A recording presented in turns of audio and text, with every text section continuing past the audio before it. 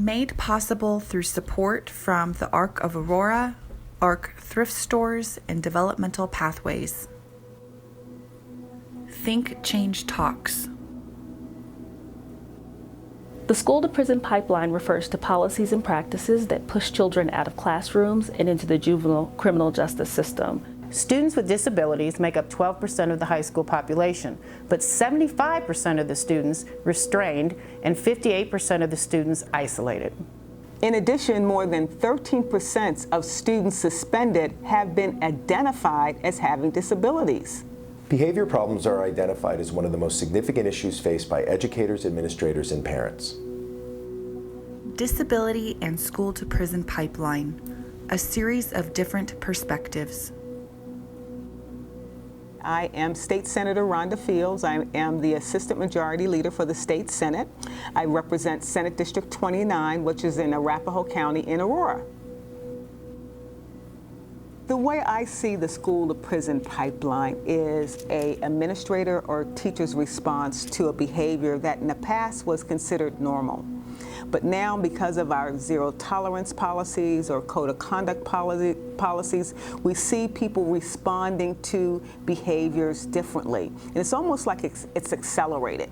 So you have resource officers, you have teachers and deans in the school. They're trying to create safe environments for students, and sometimes one behavior causes another reaction, and oftentimes that accelerates a kid being expelled and ultimately being summoned or given a ticket.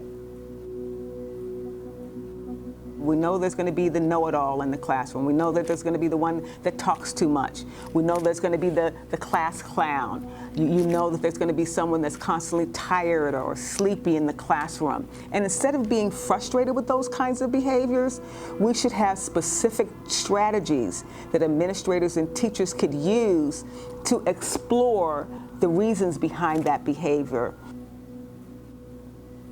When kids are kept in school versus being suspended, what we have as educators is opportunity to shape behavior that we want to see emulated over and over again.